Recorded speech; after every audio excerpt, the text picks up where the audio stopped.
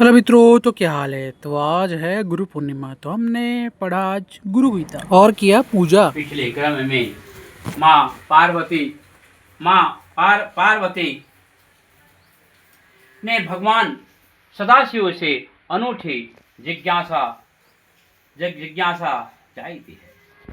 उन्होंने पूछा है कि हे महादेव, पिंड पिंड क्यों है? पद किसे कहते हैं? हे भोलेनाथ, रूप क्या है? और रूपातीता क्या है?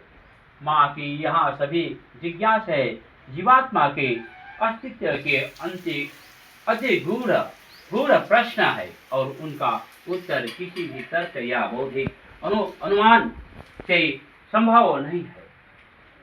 इस सभी प्रश्नों का उत्तर केवल साधना की समाधि से शिवमुख से सुनकर हो जा सकता है। ये साधना रहस्य को अपने श्रीमुख से उद्घोषित करते हुए भगवान महादेव कहते हैं। श्री महादेव वाच पिंड कुंडलिनी शक्ति पदे हंसामृताम् रूपं बुद्धिरिष्टाज्ञाय रूपातीत निरञ्जनम् पिंडे मुक्तिवे पदे मुक्त रूपे मुक्त वरान्यनि रूपातीततीततुयो मुक्तिस्या मुक्तनाशयनम्। हे देवी, कुंडलिनी शक्ति पिंड है, हंस पद है, बुद्धि ही रूप है तथा निरंजन निराकार रूपातीत है।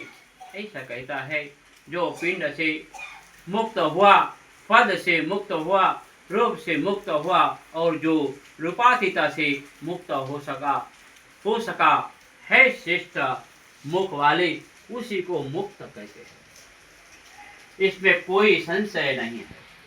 गुरु गीता के उपरोक्त दो महामंत्रों में योगी जनों के समस्या योग साधना का सार है।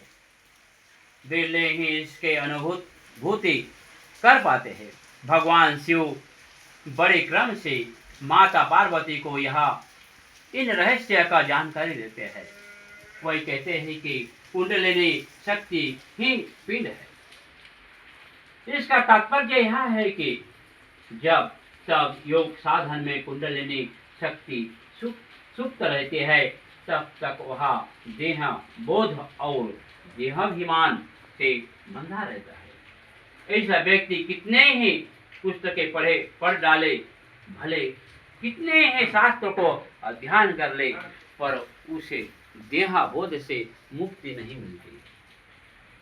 इनके पास तर्क तो होते हैं, पर बोध नहीं होता। कोई बात कितने ही उच्च क्यों ना करे, पर वह वासनाओं की कीचड़ और कलुष से मुक्त नहीं हो पाता। उसे यहाँ मुक्ति मिलती है। कुंडलिनी शक्ति है जागरण से। कुंडलिनी के जागृत होते ही कीचड़ धुलते लगती है। कुसंकसारी के कोई छटने लगती है, और तब उसे अनुभव होता है कि देह से परे भी उसके शक्त है। इस तरह ऐसा साधक कुंडलिनी के जागरण एवं ऊर्ध्वगमन के साथ ही पिंड से मुक्त हो जाता है।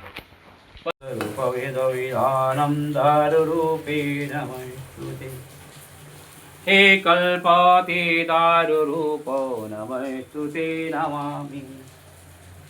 वेदपुराणं दारुरूपं गानरूपं दारुरूपी परं ब्रह्मा नमस्तुते।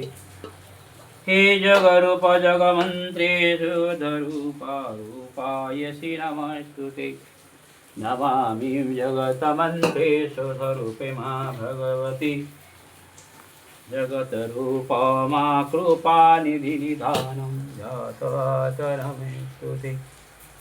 हे जगतरूपति ताररूपी परं ब्रह्मा नमस्तु ते। हे कलशश्रीधारूपि नमस्तु ते। नमामि जगद्वन्द्राहि नमस्तु ते गुरुसतायो। नमामि जगतमन्त्रे सुधरूपरूपि परं ब्रह्मा कलशश्रीधारूपि नमस्तु ते।